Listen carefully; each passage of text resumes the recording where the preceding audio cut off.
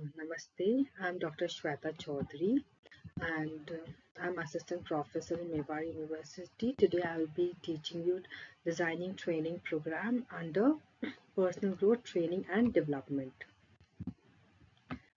So now we will discuss the design, method and evaluation of training program to enhance employee development and performance. So first I would like to discuss why training, what exactly do you mean by training?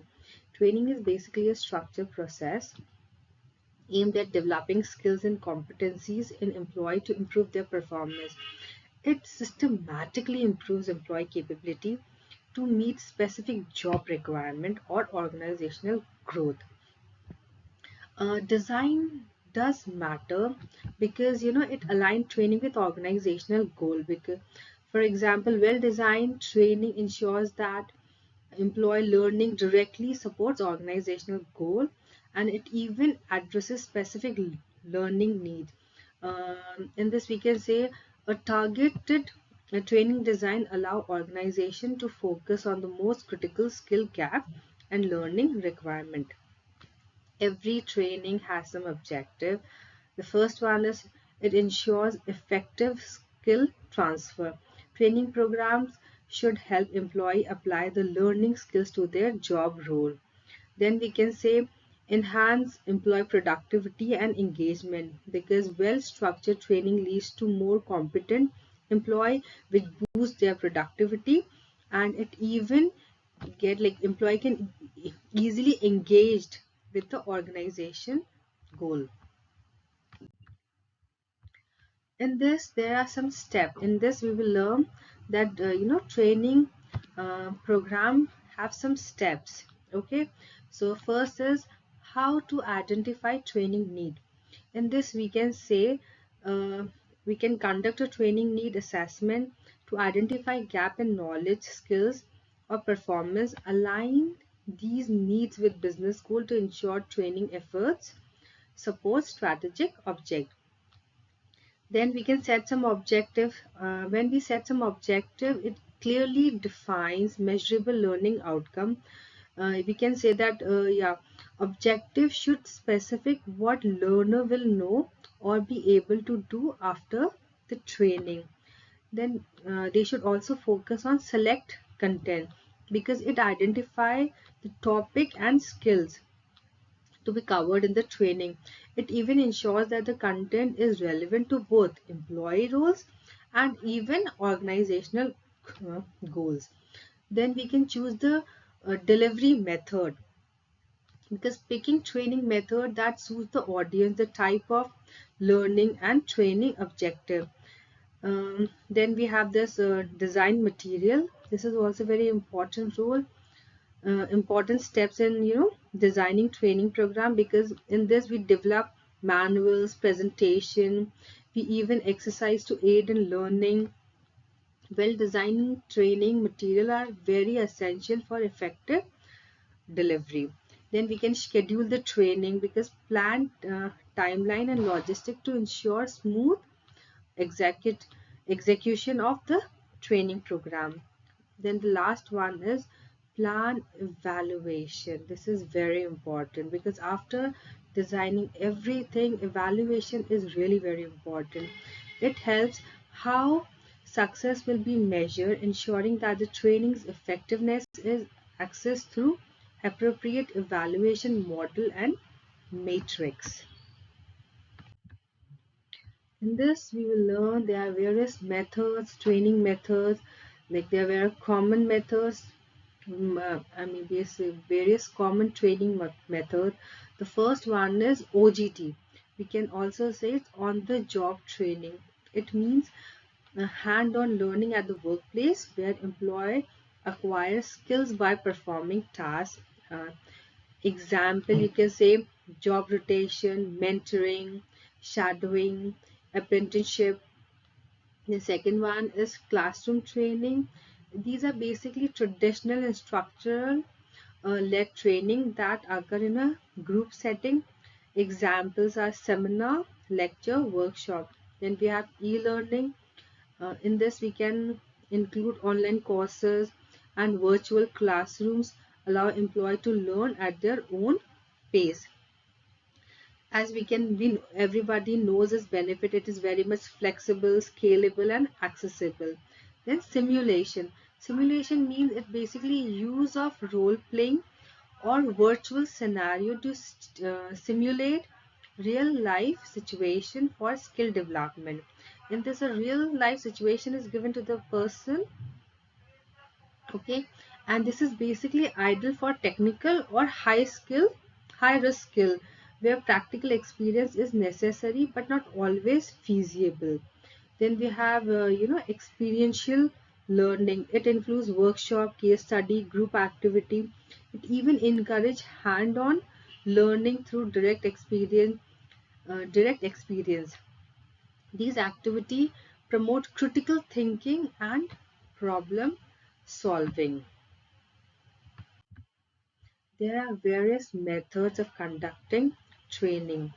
They are they are detailed training method. So first we will discuss interactive training. This includes in this incorporate discussion, question answer round, group activities, and these method basically enhance engagement and help participation retain knowledge. Then we have got this blended learning. As blended itself said, it combines e-learning with in-person session, offer flexible while maintaining the depth of face-to-face learning. Then we have this gamification. It involves in cooperation game element. For example, rewards, points into the learning process to increase motivation and engagement.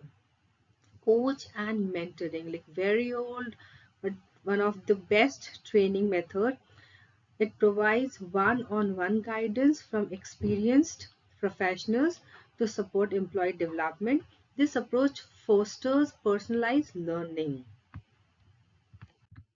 There are various delivery consideration, okay, and there are like key consideration for successful training delivery is target audience. It means access the participants role, learning styles, and key skills, which basically tailoring content to the audience need, ensure that the training is relevant and impactful.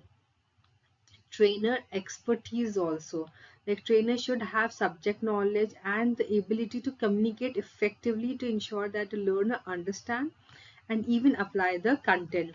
Environment is also very important, and the physical or the virtual training environment should be conducive for learning, free from distraction, and it should even equip with necessary tools and technology.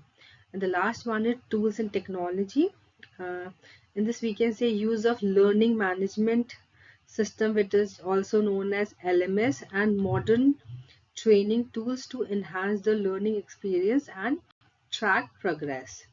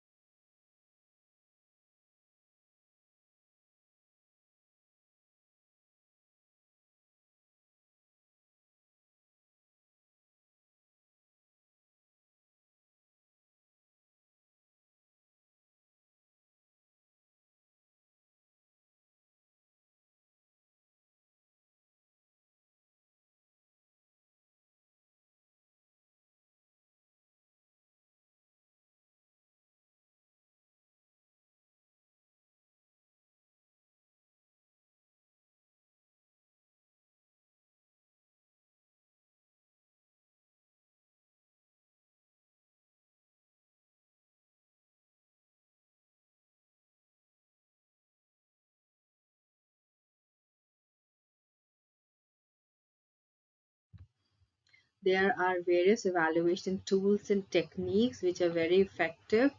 The first one is survey and feedback form.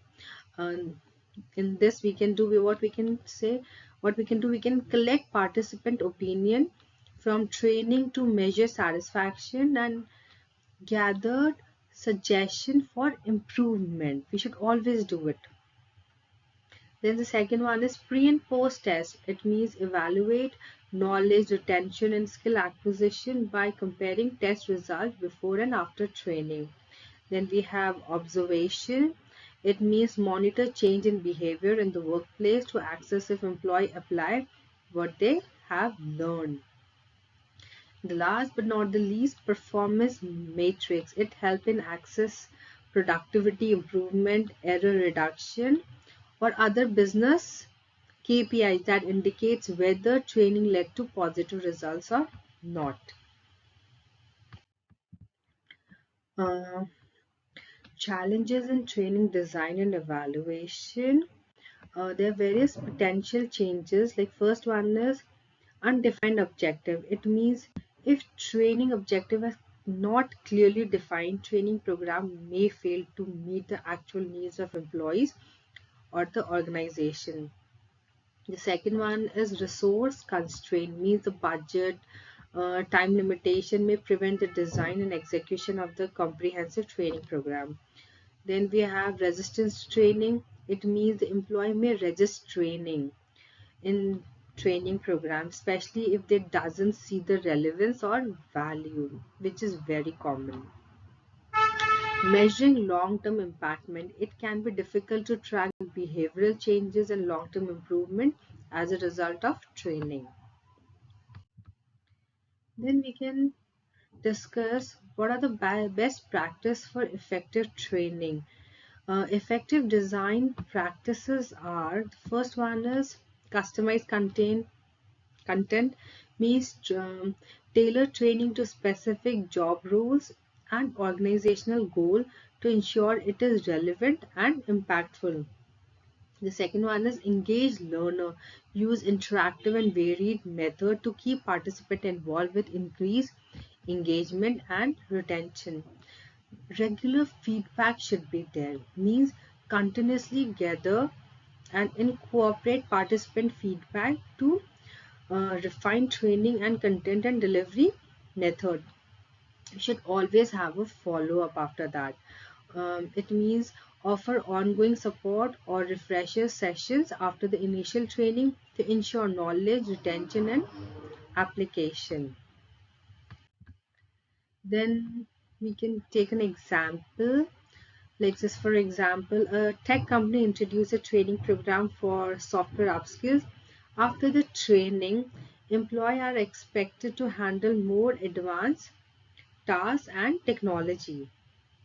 And then its outcome is like you can say for example 85% satisfaction report in post-training surveys, and productivity also improved by 25% 3 months after training, demonstrating the impact of effective skill development and organizational performance.